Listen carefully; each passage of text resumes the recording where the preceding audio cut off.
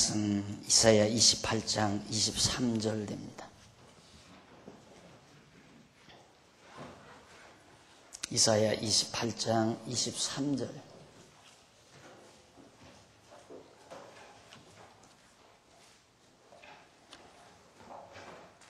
교재는 4873페이지 상단입니다.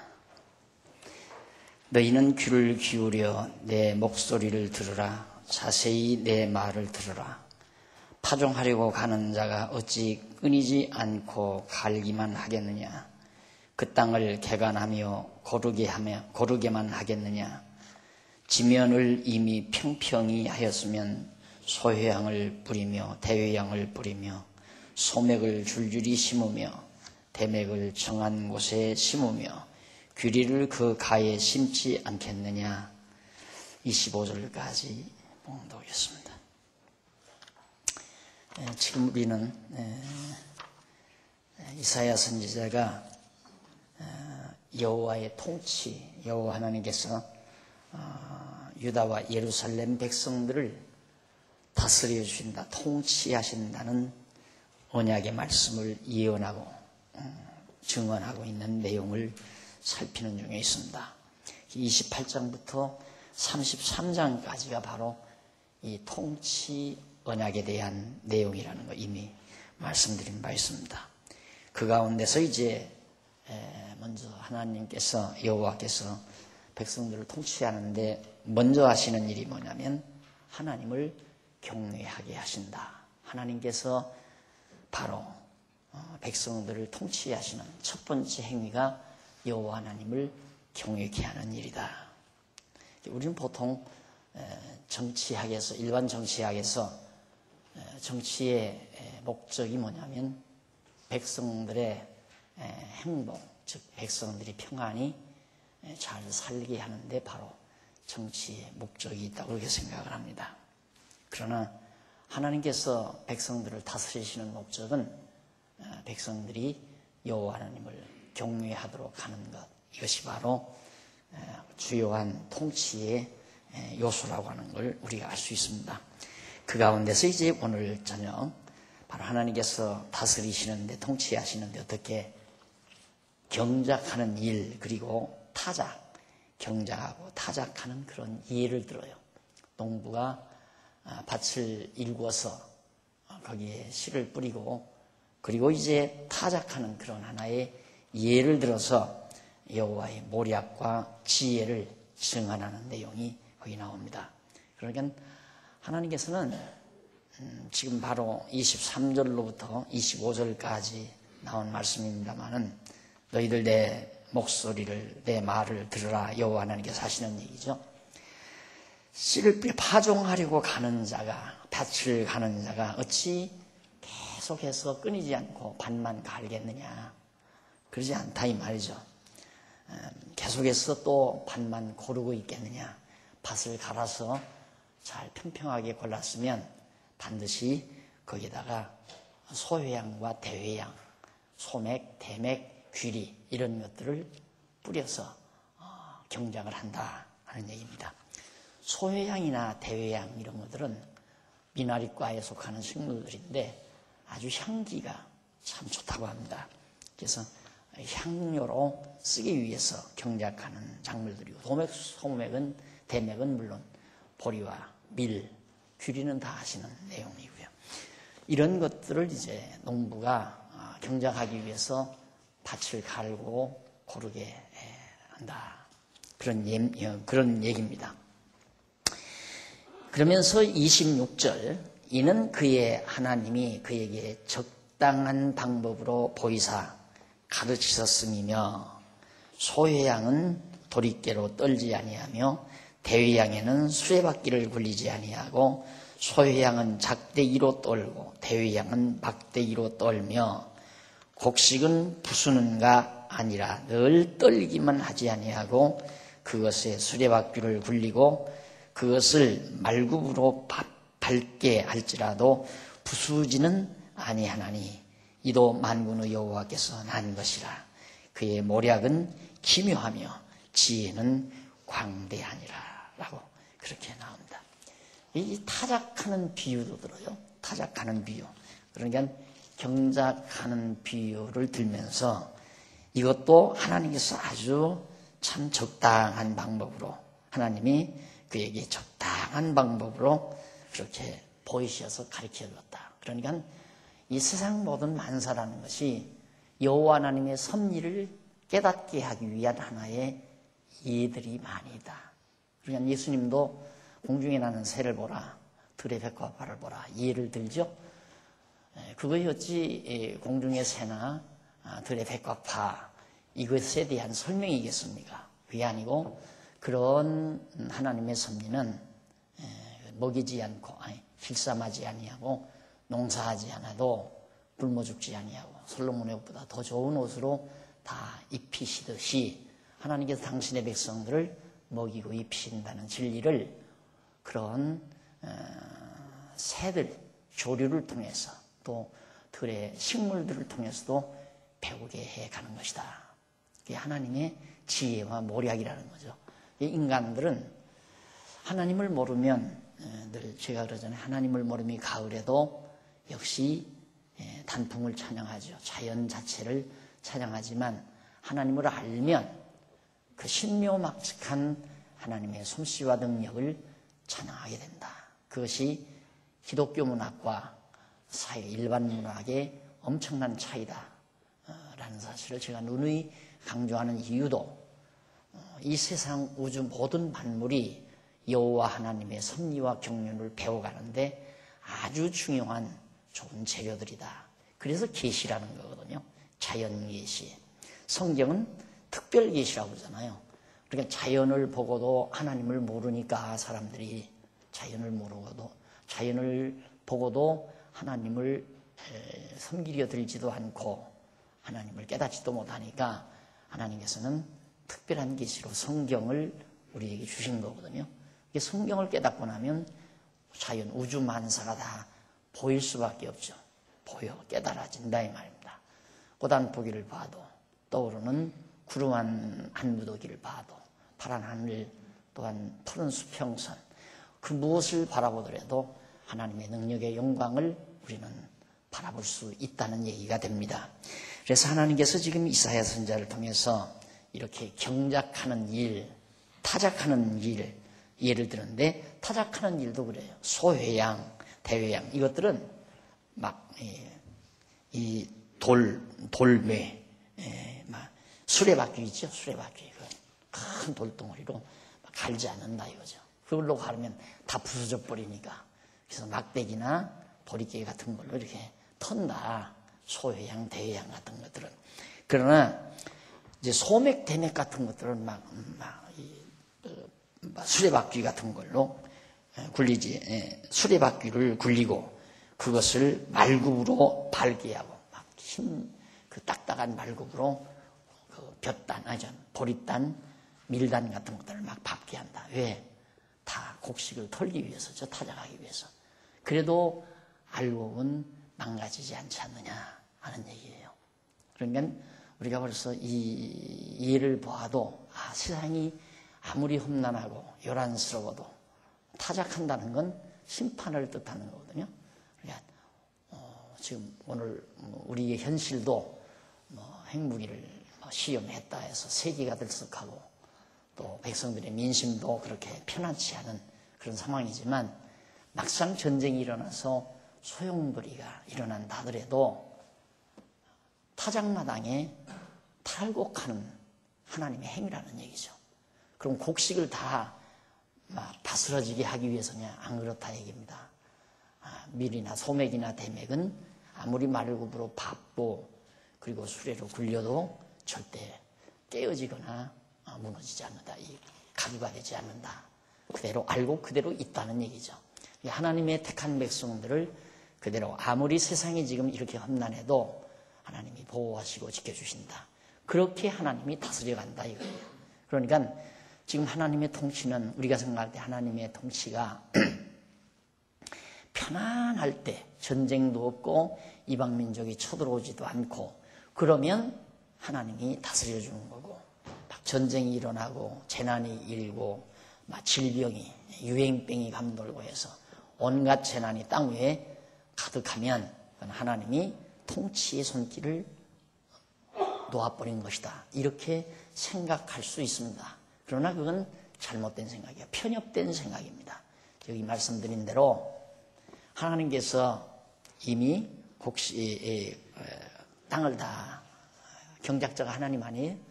땅을 다 개간을 해서 골라가지고 씨앗을 뿌렸다 이거예요. 뭘 말합니까? 이방 민족들이 차지하고 있는 가나안 땅을 하나님께서 다 정복하게 해서 이방 민족 다 사악한 가나안 족속들을 물리쳐버리고 거기에 하나님의 택한 백성들의 씨앗을 뿌려서 거기다 심었다 이 말이에요. 그래서 뽑았다가 다시 심는다 하지 않았습니까? 뽑았다 심는 건 바벨론으로 포로 잡혀갔다가 다시 이제 가나안 땅으로 옮겨온다는 얘기거든요. 그러니까 하나님께서 그렇게 다 하셨다. 경작을 했는데 그럼 경작했으면 타작해야 할 거 아니냐 이거죠. 타작하기 위해서 결국 소양이나 해양은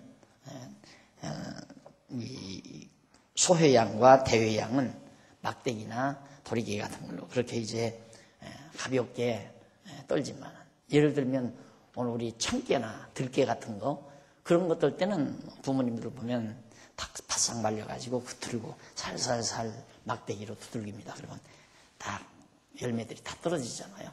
그러듯이 소회양과 대회양은 그렇게 타작을 한다. 하지만 밀이나 보리 이런 것들은 수레를 굴리고 그다음 말굽으로 밟게 만들어서 아주 심하게 그렇게 해서 타작을 하지 않느냐. 그게 바로 하나님의 다스림이에요. 통치. 하나님이 씨앗 뿌리고 땅을 개간해서 고르게 만들어가지고 그 씨앗 뿌리고 열매 맺으면 그걸 탈곡을 해서 타작을 해서 얻어들인다.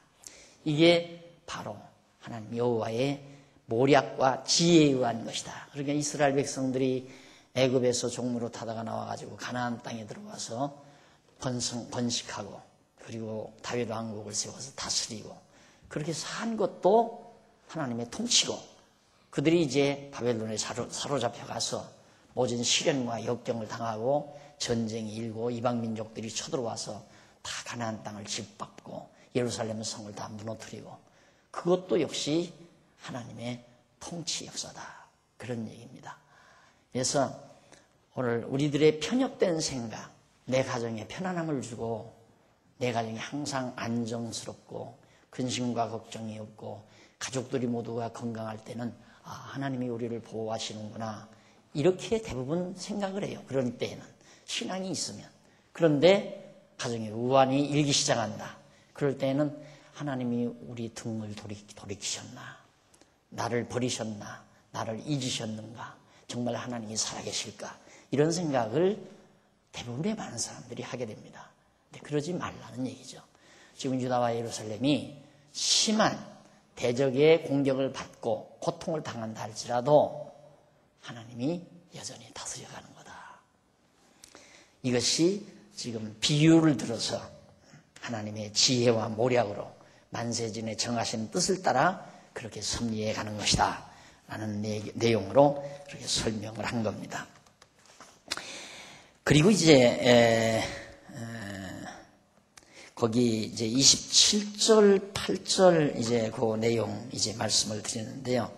그 지혜, 모략과 지혜 이것이 하나님의 정하신 뜻에 따라서 지혜와 모략으로 하나님이 작정해 놓고 섭리하시는 거죠.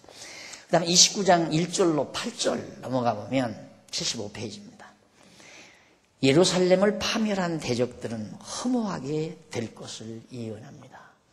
자, 얼마나 모집니까? 예루살렘, 솔로몬이 엄청난 돈을 들여서 정말 화찬란하게 예루살렘 성전을 지어놓고 성곽도 쌓아놓고 그래서 정말 자랑할 만큼 이방 민족들이 부러워할 만큼 예루살렘 그 도성 원래 모습은 우리가 볼 수 없지만은 한 예를 들면 시바 여왕이 솔로몬을 방문하지 않았어요? 국빈으로서 솔로몬을 방문했을 때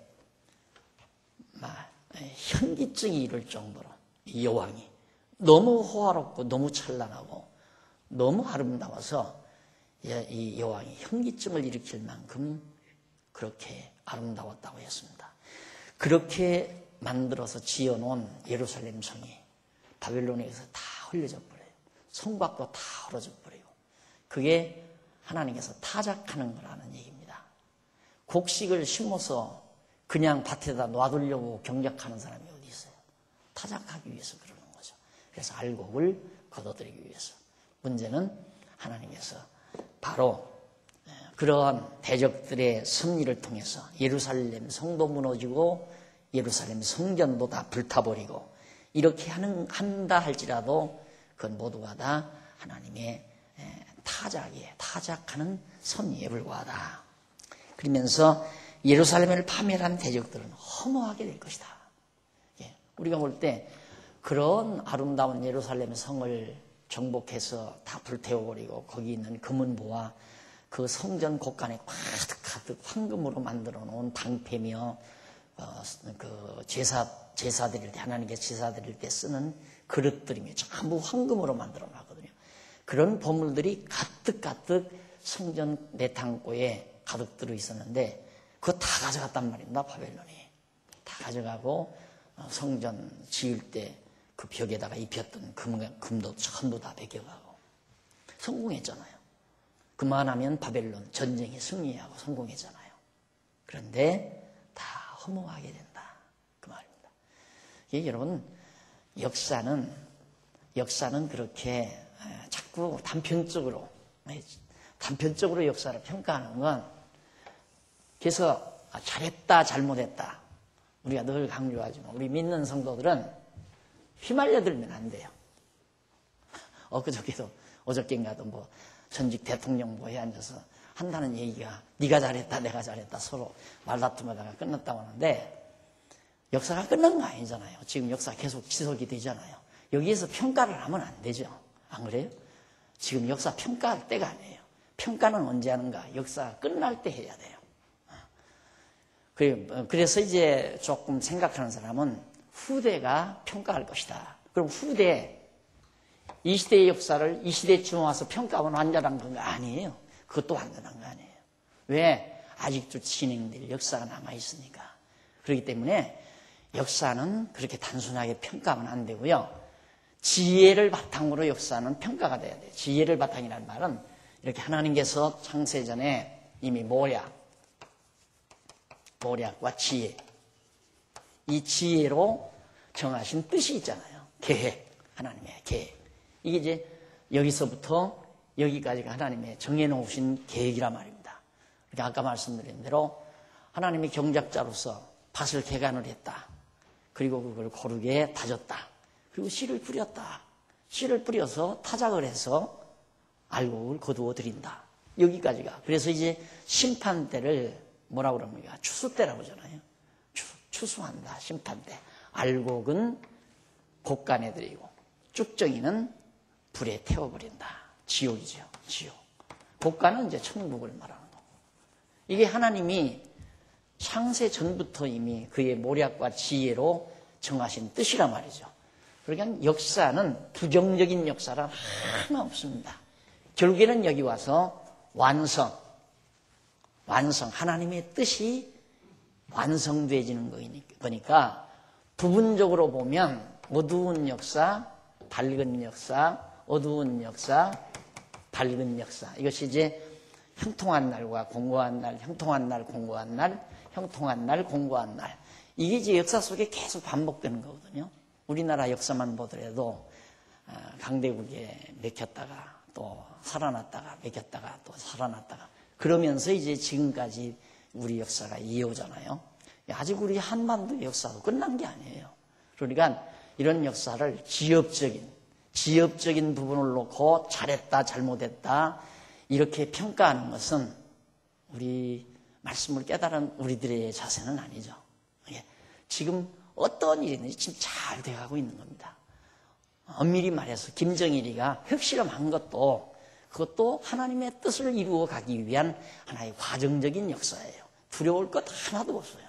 겁낼 것도 없고 염려할 것도 없고 미국이 군사 개입을 하느냐 뭐 그냥 경제 제재에 좋지만 하느냐. 여기에 따라서 우리 희비가 엇갈릴 필요도 없는 거고.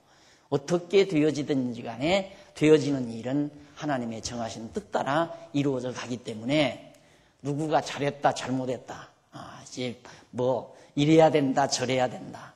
우리가 지엽적으로 보면 얼마든지 그럴 수 있죠. 지엽적으로 보면 야 저기 핵 실험했으니까 우리도 핵 만들어야 된다. 그러고 얘기할 수 있잖아요. 다 똑같이 핵을 가지고 있어야 우리도 견제 세력이 견제를 할 수 있지 않느냐.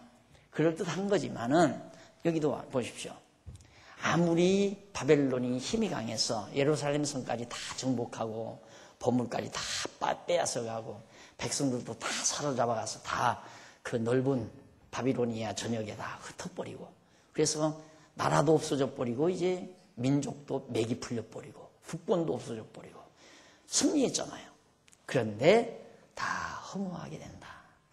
그것이 다 모두가 허무하게 된다. 왜? 하나님께서 계획된 역사 섭리가 있기 때문에 허무하게 만들어 갈 것이다. 그 말이죠. 슬프다. 아리엘이여 다윗의 진 친성읍이여 연분연 절기가 돌아오려니와 내가 필경 너 아리엘을 괴롭게 하리니 네가 슬퍼하고 애곡하며 내게 아리엘과 같이 되리라. 내가 너를 사면으로 둘러 진을 치며 군대로 너를 애우며 대를 쌓아 너를 치리니 네가 낮아져서 땅에서 말하며 네 말소리가 나직히 티끌에서 날 것이라. 네 목소리가 신접한 자의 목소리같이 땅에서 나며 네 목소리가 티끌에서 짓거리리라. 4절까지 내용이죠. 결국 뭡니까? 여기 아리엘이여 라는 말, 이거는 여호와의 전 제단이 있는 예루살렘에 대한 상징적인 호칭이에요. 아리엘 이 말이. 그래서 아리엘이 참 처참하게 될 것을 예언을 해요. 왜 처참하게 되는가? 내가 너를 사면으로 둘러 진을 치며 군대로 너를 애우며 대를 쌓아 너를 치리니 예루살렘 성을 하나님께서 많은 군대들로 와서 에워싸고 치리하겠다 하는 얘기입니다. 그러면 하나님은 바벨론 편입니까? 우리 그렇게 생각하잖아요. 바벨론이 와서 바벨론 군대들이 그 모든 연합 군대들이 그러니까 바벨론 시야에 있는 제국이니까 많은 그 속국들의 군대들이 와서 에워싸고 이제 예루살렘을 치는데 하나님께서 그렇게 하겠다. 이것이 하나님이 예루살렘과 유다를 다스리시는 통치 방법이에요. 그러니까 망하게 하시는 것도 하나님의 통치라니까요. 교회가 망하는 것도 하나님의 통치고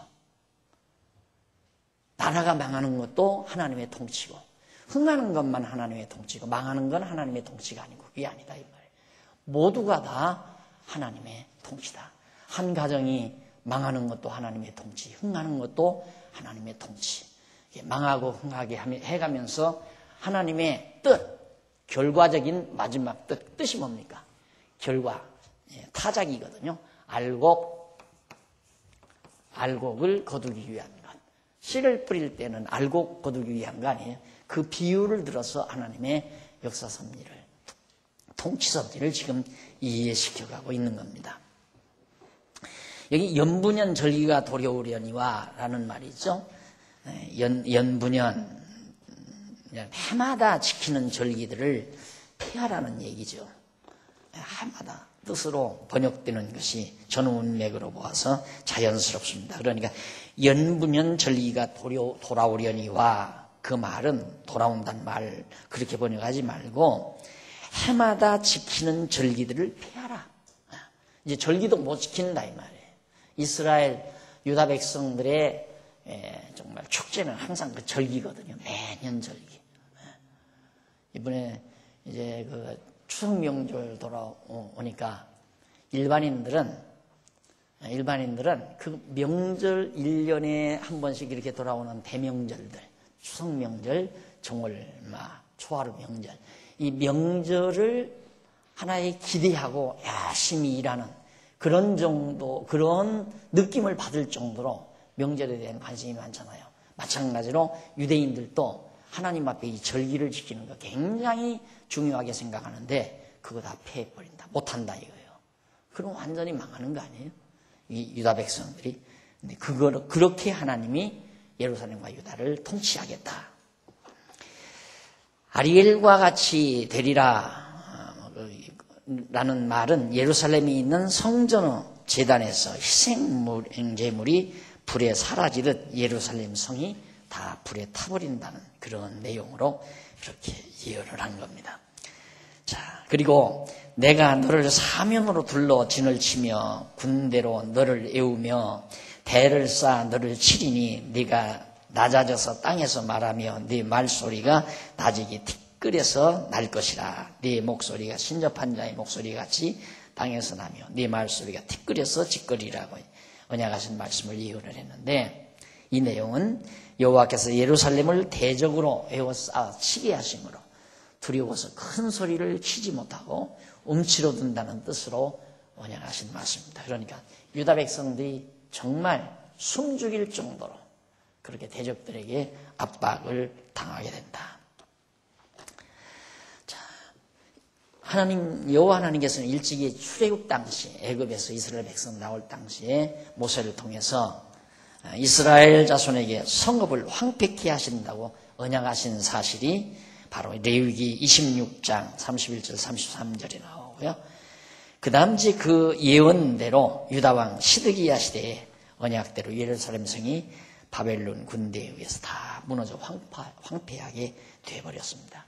그러니까 모세 때 예언했던, 이 모세 때 하나님께서 언약했던 말씀이 바로 시드기야 때 그대로 이루어졌다. 그러니까 이루어지기 직전에 지금 이사야가 예언을 하는 거죠. 그 예언대로 그대로 이루어진 것이다.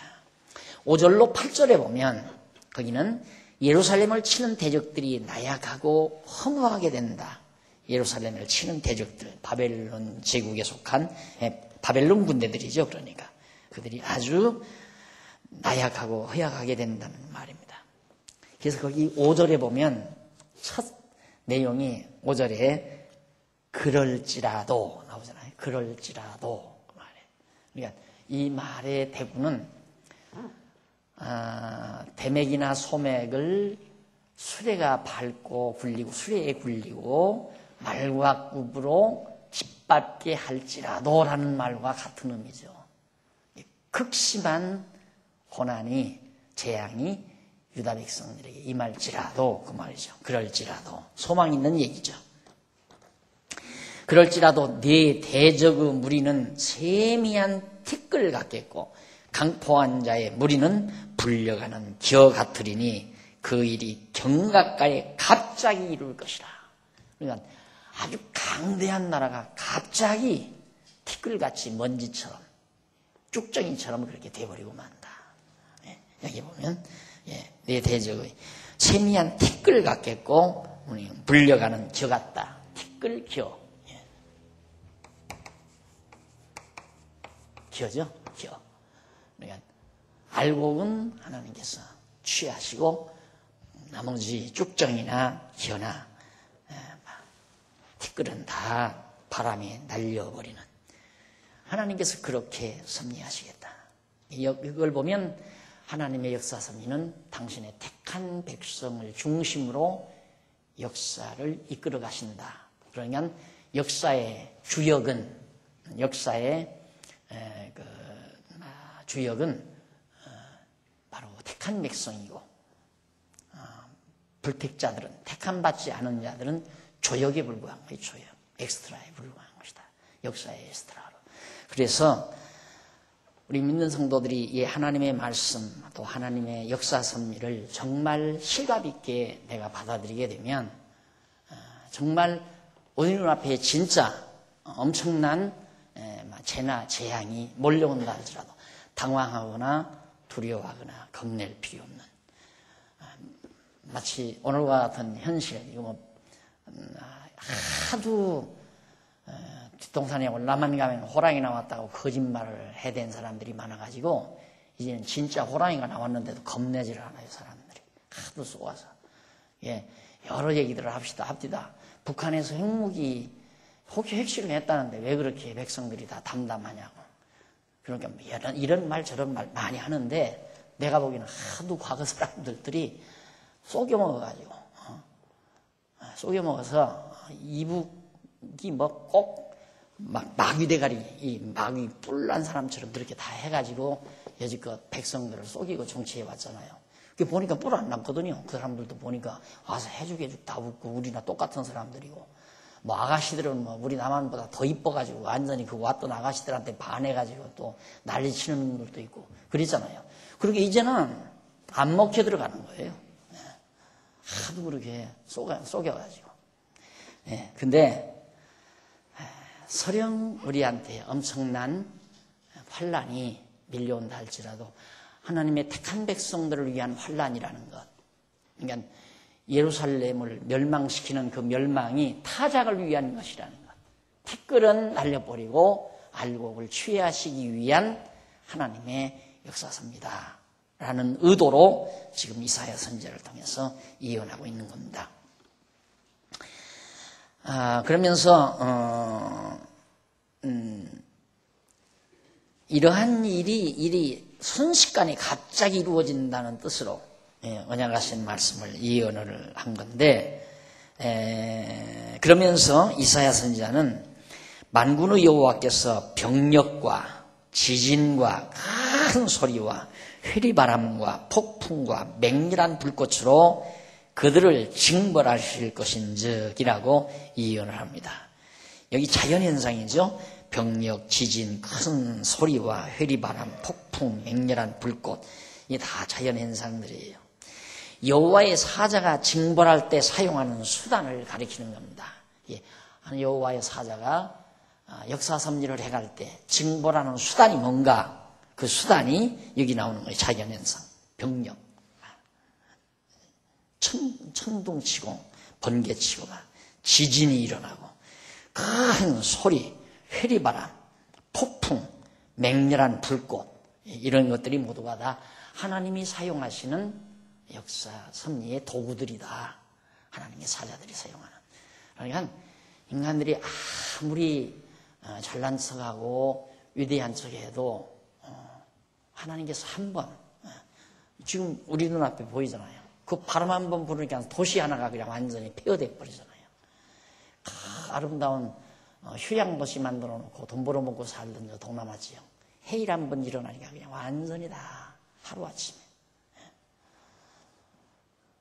극성스럽게 세상을 살면 안 돼. 하나님의 백성들은 극성스러우면 안 돼. 극성스럽게 살지 말고 늘 편안한 마음으로 하나님 통치하에서 범사에 하나님 의지하고 그냥 자기들이 잘난 것처럼, 미국이 저렇게 온 세계를 다 거머쥐고 자기들도 물론 그 사람들도 힘이 있으니까 자기들을 생존하기 위한 수단이죠. 그 사람들도 자기들을 생존하기 위한. 제일 무서워하는 게 지금 북한이 핵무기 기술을 반출할까 봐 겁낸다고 하잖아요. 그럴 수밖에 없죠. 그 핵 기술을 가지고 가서 아마 그 테러 분자들이 그거 가지고 가서 만들어 가지고 미국 공격하게 되면 봉변당하잖아요. 그게 제일 무서운 거고.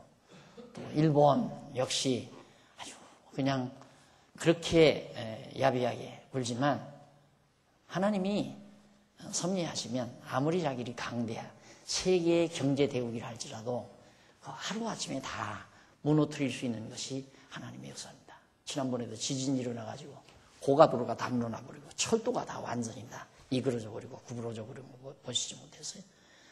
그것이 하나님의 역사 섭리를 해가는 하나의 수단들이라는 거. 이게 이제 바로 이사야 선지자가 예언하고 있는 그런 걸 통해서 그냥 순식간에 바벨론을 다 진멸시켜버리겠다라는 얘기죠.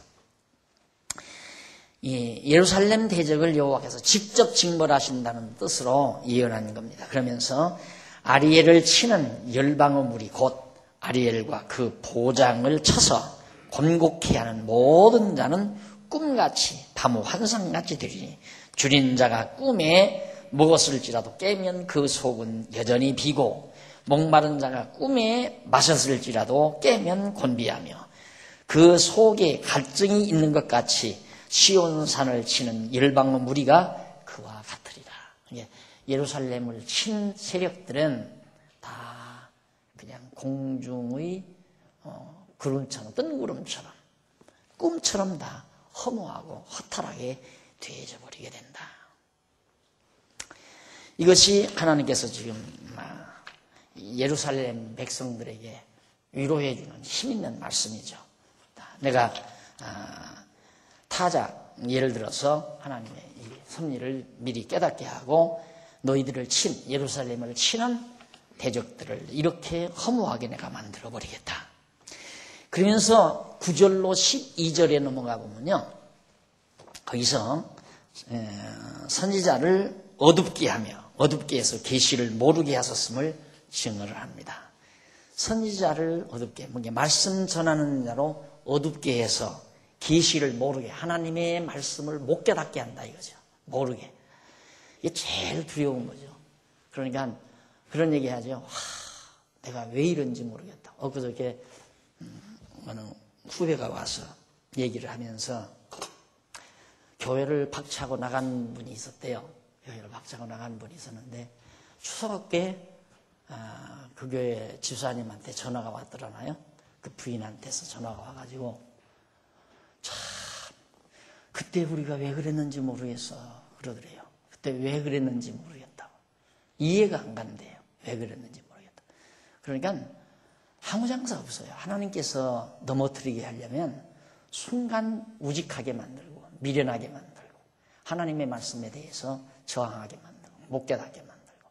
이 제일 두려운 것이 하나님의 말씀이 기억나지 않고 깨달아지지 아니할 때, 그건 뭡니까? 하나님께서 나를 공곡해 하시겠다는 증거죠. 하나님이 나를 공곡해 하시기 위해서 말씀을 등한히 할 마음을 주고 또 말씀을 깨닫지 못하게 하고.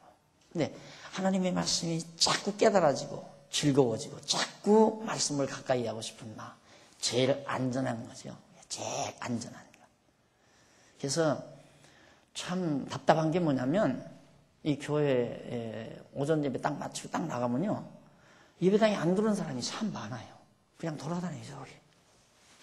그래서 대충 내가 눈으로 눈도장을 찍어놓죠. 참 안타까워요. 자꾸 들으란다고. 들으면 자꾸 잠이 오니까, 또 안 들리니까 재미없으니까 안 들어오는 거거든요. 그걸 누가 막아요? 아무리 들어라기도 필요 없어요. 또 들으면 잠이 오고. 그래서 신앙생활에 있어서 말씀이 멀어져 간다는 것처럼 두려운 일이 없습니다. 말씀이 멀어져 간다는 건 나로 하여금 어둡게 만들어내는 거고, 어둡게 만드는 이유는 하나님께서 나를 한번 역시 실현을 시키기 위한 하나님의 섭리.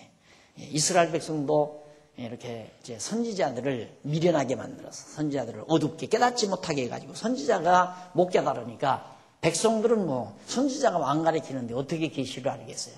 가르치는 자가 없는데 어떻게 깨달을 수 있느냐 했듯이 선지자가 잘못 가르치니까 백성들 다 모르잖아요. 그래서 대적에게 망하게 한다. 그렇게 하나님이 하셨다는 걸 증언을 해주는 거예요. 9절로 10절에 보면 백성이 놀라고 소경이 되어야 하는 까닭. 왜 백성들이 놀라고 소경이 되어야 하는가? 그 까닭에 대해서 증언하는 내용이 9절로 10절에 나와요. 이사야 선지자는 이렇게 말합니다. 너희는 놀라고 놀라라. 너희는 소경이 되고 소경이 되라. 그들의 취함이 포도주로 인함이 아니며 그들의 비틀거림이 독주로 인함이 아니라고 그렇게 말을 합니다. 여기서 놀라고 놀라라. 너희는 소경이 되고 소경이 되라는 내용은 너희는 머뭇거려 하다가 깜짝 놀라라. 너희는 둘러보려다가 눈을 감아라. 그 말이에요. 눈을 감아라. 그렇게 그런 뜻으로 번역을 한 겁니다. 그리고 이사야 선지자는 백성들에게 예루살렘의 파멸이 임하는 것을 보고 의아해서 머뭇거리다가 놀라고 파멸 상황을 둘러보다가 너무 비참함으로 보지 말고 눈을 감으라. 너무 비참하게 예루살렘이 무너진다. 그러면서 백성이 취하여 비틀거림이 포도주나 독주로 인함이 아니라는 뜻으로 말한 것입니다. 그렇게 험악하게 아주 처참하게 예루살렘이 망하기 때문에 그래서 비틀거리고 그래서 휘청거리는 거지 포도주나 독주를 많이 먹어서 그런 게 아니다라는 얘기예요. 자, 그러면서 하는 얘기가 그 까닭에 대해서 왜 그러면 그렇게 됐는가? 왜냐하면 대저, 왜냐하면 그 말이죠. 여호와께서 깊이 잠들게 하는 신을 너희에게 부어주사 너희의 눈을 감기셨음이니 눈은 선지자요 너희를 덮으셨음이니 머리는 선견자라고 증언했습니다. 여기서 대저라는 말 역시 키라는 말입니다. 번모임으로. 왜냐하면 이 대저 그렇게 나오는데 대개 왜냐하면 그래서 저기도 그렇게 나오죠. 주기도문에도 대개 나라와 권세와 영광이 아버지께 영원히 있사옵나이다 그러잖아요. 그 대개가 왜냐하면이라는 뜻이에요. 왜냐하면 이유접속사라고 그랬죠. 대개. 왜냐하면 나라와 권세와 영광이 아버지께 있기 때문에 우리가 하나님께 아버지께 이렇게 구한 겁니다. 그런 얘기거든요. 그러니까 주기도문 다 하나님께 이래 주십시오. 나라와 권세 이렇게 해달라고 기도하고 나서 마지막에 대개 나라와 권세와 영광이 아버지께 영원히 있사옵나이다 그러잖아요. 근데 그 대개 이걸 신학자들이 넣어야 한다, 빼야 된다 해가지고 이유가 많았는데 그거 빼면 안 되죠. 왜냐하면 왜 하나님께 나라에 임하옵시며 일용할 양식 주옵시고 우리의 죄를 용서하시고 그렇게 기도를 했는가? 그 이유는 아버지께 나라와 권세와 영광이 아버지께 있기 때문에 아버지께 구한 겁니다. 그 말이에요. 여기서 대개라는 말도 왜냐하면이라는 뜻으로 이해를 하시면 틀림이 없습니다. 그래서 그 이유는 첫째로 여호와께서 깊이 잠들게 하신 신을 백성에게 부어주셔서 백성의 눈이 되어야 할 선지자의 눈을 감기게 하셨기 때문이고 왜 백성들이 그렇게 비틀거리고 예루살렘이 그렇게 망하고 그랬는가? 하나님께서 선지자의 눈을 어둡게 하게. 두 번째는 백성의 지도자인 선견자들에게 여호와의 비밀을 모르도록 숨기셨기 때문에 그렇게 갈팡질팡 헤매게 됐다 하는 얘기죠. 하나님께서 당신의 전능하신 능력에 따라서 우리를 미련하게도 하고 지혜롭게도 하고 깨닫게도 하고 또 어둡게도 하고 그렇게 해서 우리로 하여금 공고한 날과 형통한 날을 살아가도록 섭리하시사 모든 삶의 주권이 하나님의 손에 있다는 사실을 깨닫게 하는 것. 예. 우리가 세상 살면서 보통 그러죠. 기회가 3번은 온다. 경험에서 나오는 얘기. 누구나 사람에게 기회가 3번은 온다. 이러는데 그 기회가 온다는 말은 형통한 날을 의식하고 하는 얘기거든요. 그런 걸 보면 어떤 사람에게든지 업다운이 있다는 얘기죠. 어두운 날이 있고 공고한 날이 있고. 그런데 그걸 천하없는 방법으로 피하려고 해도 필요 없어요. 그래서 점치는 이유가 미리 알고 대비하기 위해서다. 이렇게 점쳐놓고 당신 내년에는 큰 해군이 오겠다. 그럼 어떻게 해야 됩니까? 구술해라. 너희 조상 산소를 옮기라. 이렇게 해가지고 돈 벌어오는 무당짓들을 하고 있지만은 그것 갖고 해결이 안 되는 거죠. 이미 하나님이 정하신 뜻은 반드시 이루어지기 때문에 그래서 우리의 생활 속에서 내가 나태해지고 말씀이 멀어지고 둔해지고 또 정말 어두워지게 되면 나에게 곤고한 날이 오겠구나 하는 것을 예감하면 되는 거고 항상 말씀이 사모되고 말씀을 깨닫는 그런 지혜가 항상 흐려지지 아니하면 가장 신앙생활에 안정성 있는 삶이다라고 그렇게 생각을 하시면 틀림이 없는 줄 압니다. 11절로 12절 거기 보면 여호와께서 누구도 계시의 책을 읽을 수 없도록 하셨다. 하나님이 계시하신 책 모세의 오경. 어저께도 이스라엘에서 전화가 왔는데 이스라엘 유대인들은 오경 창세기에서 신명기까지죠. 이 오경 5개의 오경 이것만 1년에 한 번씩 계속해서 매 안식일마다 모여서 한 번씩을 읽는데요. 무슨 뜻인지도 모르고 읽기만 한대요. 그냥 창세기에서 신명기까지. 그러니까 못 깨닫는 거죠. 왜 그렇게 달달달달 외울 정도래요. 매년 한 번씩 저걸 이제 그 안식일에 그들의 회당에 가면 그 어디서 어디까지 읽으라는 그게 딱 있으니까 그거 읽고 끝나고 52 쉬운 2번 안식일이 오잖아요. 그 안식일마다 모여서 그냥 우리 개신교처럼 이게 강론을 하는 게 아니고 성경을 그냥 히브리음으로 그대로 노래처럼 같이 쫙 읽어가는 거예요. 그러니까 그렇게 성경을 읽으면서 무슨 뜻인지를 모른다. 왜? 하나님께서 못 깨닫게 했기 때문에. 오경까지 제대로 깨달으면 예수 믿죠. 그들이 예수를 그리스도로 영접하게 되고요. 못 깨달으니까 수건이 지난주에 말씀드린 대로 수건의 얼굴에 가리워져 있기 때문에 오경 저 성경 속에서 메시아를 못 찾는 거예요. 그래서 결국 메시아를 자기들이 이단자라고 죽였지만은 아직도 그 계시를 깨닫지 못하고 방황하는 이것이 모두가 다 하나님께서 그렇게 깨닫지 못하게 한 것이다. 그래서 눈을 어둡게 하고 마치 봉한 책의 말이라. 그러므로 모든 묵시가 너희에게 거기 이제 11절에 그러므로 모든 묵시가 너희에게는 마치 봉한 책의 말이라. 다 깨닫지 못하도록 다 인봉해 놨다. 여기 그러므로라는 접속사는 물론 여호와께서 선지자의 눈을 어둡게 하시고 선지연자의 비밀을 모르게 하셨다. 그렇기 때문에 계시 책, 오경, 저 성경책이 있으면 뭐하냐 이거죠. 책이 있으면 뭐예요? 무슨 얘기인지를 모르는데. 예, 오늘날 우리 한국교회 성도들도 성경책은 늘 가지고 다니지만 그게 무슨 뜻인지도 모르고 그냥 1년에 한 번씩 읽는 사람. 1년에 한 서너 번 읽으면 금반지, 선물, 상금 타고 많이 읽을수록. 그래서 그냥 계속 몰라도 그냥 읽으라고 하잖아요. 몰라도 성경을 읽어라. 그 이유는 정신을 다른데 빼앗기지 못하게 하기 위해서 계속 새벽 기도도 그래서 시키는 거고 성경도 계속 읽으라는 거죠. 정신을 여기에만 집중하게 하려고. 근데 무슨 뜻인지는 알지 못하는데 읽기만 해라. 하나님께서 깨닫지 못하게 하면 모른다. 이게. 그러면서 그것을 유식한 자에게 주며 이르기를 그대에게 청하노니 이를 읽으라 하면 대답하기를 봉하였으니 못하겠노라 할 것이요. 또 무식한 자에게 주며 이르기를 그대에게 청하노니 이를 읽으라 하면 대답하기를 나는 무식하다 할 것이니라 꼭 예언을 합니다.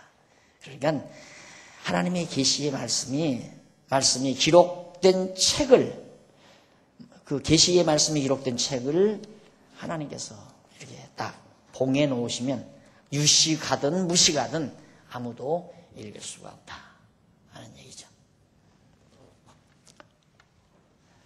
자, 그 다음 이제 29장 13절로 16절 기이한 일에 대한 예언과 지도자들의 패역함을 책망을 합니다. 그렇게 하나님께서 해놓고는 기이한 일에 대한 예언을 하고 지도자들의 패역을 책망하는 내용. 먼저 13절로 14절은 백성이 의식함으로 기이한 일을 행하신다는 여호와의 말씀을 예언합니다. 주께서 이 백성이 입으로는 나를 가까이하며 입술로는 나를 존경하나 그 마음은 내게서 멀리 떠났나니 그들이 나를 경외함은 사람의 계명으로 가르침을 받았을 뿐이라고 하신 말씀을 전해줍니다. 참 안타까운 일이죠. 백성들이 입으로는 주여 주여 하나님하고 다 가까이 해요. 입술로는 또 하나님을 다 존경하고 하나님은 사랑합니다. 하나님 공경합니다. 그런데 그 마음은 다 내게서 멀리 떠났는데 왜냐하면 그들이 나를 경외함은 사람의 계명으로 사람의 계명이란 사람들이 가르친 훈계, 교훈으로 어떻게 교훈으로 가르침을 받아 살았기 때문에 가르침을 받았을 뿐이기 때문에 마음은 다 딴 데가 있고 형식만 남아있다. 입술로 그냥 하나님 부르고 하나님 사랑한다 그러고 그리고 마음은 다 딴 데가 있고 그래서 요즘 그러잖아요. 실상 하나님이 원하는 건 마음인데 하나님이 원하시는 건 마음이거든요. 어떤 외형적인 행동이 중요한 게 아니라 근데 마음은 다 딴 데가 있어요. 그래 요즘 교회들이 1부 예배, 2부 예배 하면서 1부 예배 때 1부 예배를 보통 6시나 7시 하는 경우가 많습니다. 그때는 이제 어떤 분들이 오느냐면 이제 바로 예배 마치고 놀러 가실 분들, 그런 분들이 이제 다 준비하고 등산 가실 분들 또는 골프 치러 가실 분들 뭐 이런 분들이 그 1부 예배에 참석해서 등산복 다 입고 다 만장 준비하고 와서 예배 마치자마자 이제 가는 거란 말입니다. 그러니까 와 있어도 마음은 딴 데가 있다 이 말이에요.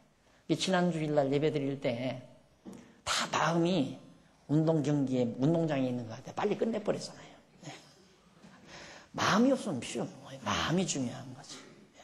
그래서 제가 마음이 없는 거 정말 즐겁지 않으면 하지 말아라. 억지로 하는 건 다 종교 행위라는 건 이 기독교 신앙에 있어서 억지로 마음이 없는 행위는 위선이에요.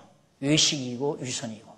예수님께서 호되게 독사의 자식들아라고 책망하신 이유가 외식 때문에 그런 거거든요. 근데 마음이 없는 걸 억지로 사람 눈 때문에, 체면 때문에, 자기 체면, 얼굴 때문에 억지로 하는 거. 그건 도리 안 하는 것만 못해요. 안 하는 것만. 안 하면 외식은 안 했잖아요. 근데 하면 외식 행위란 말입니다. 그래서 하나님이 원하시는 건 마음 중심이에요. 마음. 우리의 마음을 하나님이 원하시는 거지 어떤 의식이나 형식을 원하는 건 절대 아니다. 근데 지금 이스라엘 백성들이 그쯤 돼버렸다는 얘기죠. 그래서 나를 경외하여 사람의 경외형으로 가르칠 뿐이라고 그렇게 말씀을 하면서 전한 겁니다. 그러니까 여호와를 외식으로 공경함으로 여호와께 대한 그들의 경외함은 사람의 가르침을 받은 관습, 형식, 습관에 지나지 않은 것이다. 그러므로 내가 이 백성 중에 기이한 일, 곧 기이하고 가장 기이한 일을 다시 행하리니 그들 중에 지혜자의 지혜가 없어지고 명철자의 총명이 가리워지리라. 지혜와 명철이 다 가리워져 버리고 만다. 생각해 보십시오. 이게 이 지혜가 없으면 다 어리석은 거죠. 다 어리석은 거. 어느 것 하나도 옳은 판단을 못하고 사는. 그래서 방황하게 되고 헷갈리게 되고 흔들리게 되고. 지혜와 명철이 가장 우리의 큰 보호 아닙니까? 그래서 솔로몬이 말하기를 지혜를 무엇하고도 바꿀 수가 없다. 어느 것을 주고도 지혜와는 바꿀 수가 없다. 살 수도 없고. 그래서 지혜의 값을 진주보다 더하다고 그렇게 평가를 하지 않습니까? 그래서 하나님께서 그렇게 지혜와 총명을 어둡게 해버리기 때문에. 그 다음 이제 15절로 16절 여호와 앞에 패역함이 극심한 백성의 지도자들 책망합니다. 보세요. 하나님께서 못 깨닫게 해놓고 모르게 해놓고 어리석게 어둡게 해서 결국 패역한 길로 가잖아요. 모르니까 우상도 섬기고 모르니까 패역한 행위도 한다 이 말이에요. 또 그걸 또 하나님이 책망을 해요. 이게 아이러니 아니에요? 하나님이 다 깨닫도록 했으면 왜 패역한 일을 행하겠습니까? 이 패역한 일이란 이방신 섬기는 행위예요. 우상 섬기는 일. 그게 가장 중요한 일.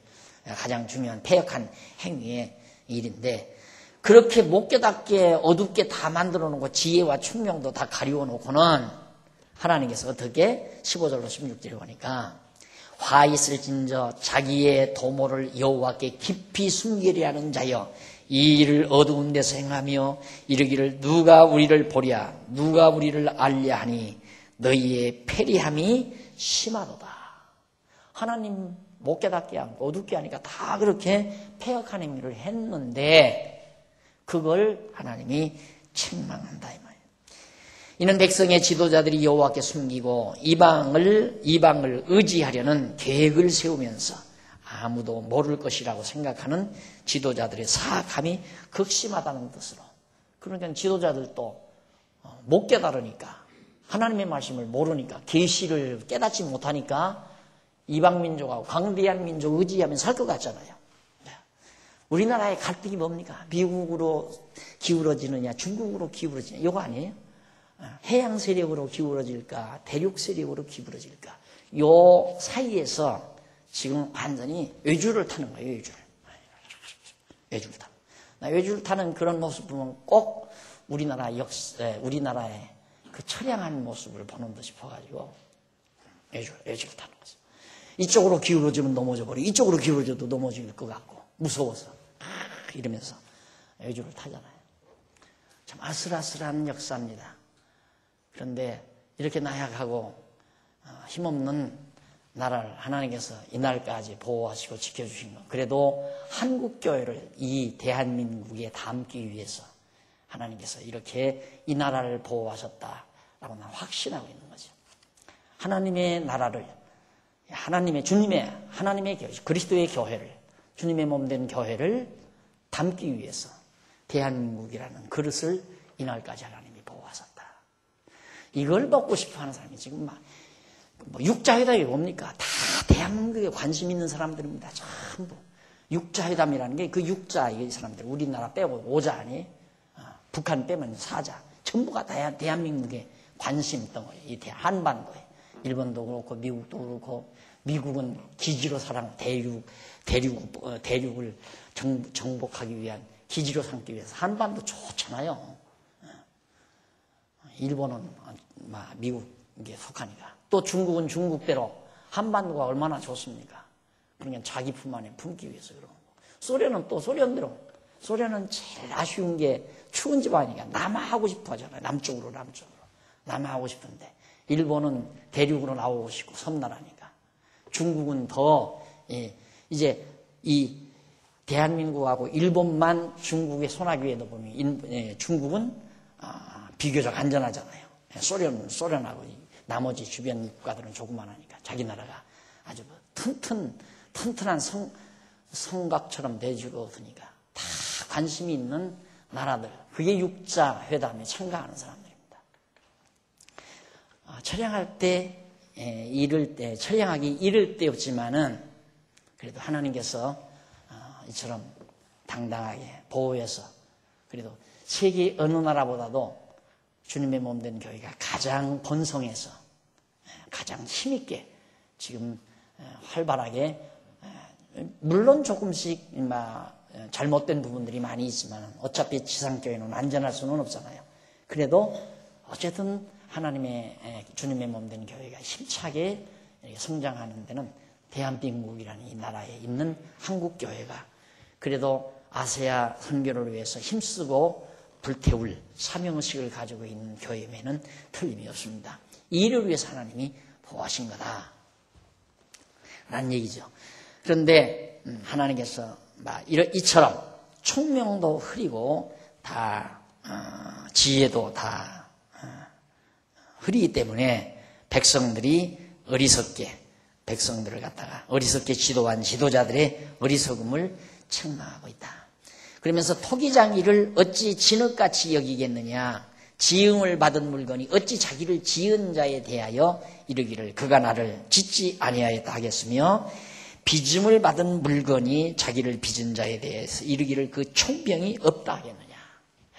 그래서 토기장이 비유를 들어요. 토기장이는 하나님이죠. 그리고 이스라엘 백성들은 예루살렘 유다 백성들은 토기를 질그릇으로 비유하고 그러니까 토기장이가 질그릇을 마음대로 만들잖아요. 그런데 토기가 질그릇이 누가 나를 만들었느냐? 만들지 않았다 이거죠. 또 질그릇이 어떻게 토기장이를 마음대로 하겠느냐? 또 토기장이가 없다고 하겠느냐? 이 어리석은 백성이라 이거죠. 하나님께서 이스라엘 유다 백성을 지어놓고 다 주관하고 섭리해서 이렇게 섭리하시는데 건방지게 질그릇 같은 존재가 하나님을 향해서 그렇게 반항한다 하는 얘기죠. 그러면서 이제 지도자들을 책망하는 내용이 바로 29장 16절까지 소개됐습니다. 다음 시간 우리 17절부터 계속해서 생각하도록 하고 오늘 강의 여기서 마무리합니다. 기도하시겠습니다. 자비하신 아버지 하나님, 살아계셔서 지금도 역사를 주관하시고 다스려 가시는 전능하신 하나님 아버지여, 나라를 망하게도 하고 흥하게도 하시는 하나님의 섭리 속에서 정하신 뜻이 이루어져 간다는 하나님의 놀라운 역사 섭리를 다시 한번 확인을 했습니다. 하나님 아버지요, 타작마당에 경작자와 같이 하나님께서 이 땅에 하나님의 백성들을 심어 놓으시고 자라게 하시고 결실을 맺게 하셔서 마지막 알곡을 거두어 가시는 하나님의 놀라운 섭리를 우리는 확실히 정말 깨닫고 그 역사의 주인이신 하나님 앞에 늘 겸손한 자세로 하루하루 감사와 찬양을 돌리며 살아가는 슬기롭고 지혜로운 하나님의 자녀들 되도록 인도해 주시옵소서. 우리의 환경이 아무리 어수선하고 어려운 일이 서령 부딪혀온다 할지라도 두려워하지 말고 우리를 다스려 가시는 하나님을 향해서 우리의 마음을 굳게 정하고 흔들림 없이 비틀거리지 않는 하나님의 지혜로운 백성들 되도록 역사하시옵시기를 비우며 예수님 이름으로 기도드립니다. 아멘.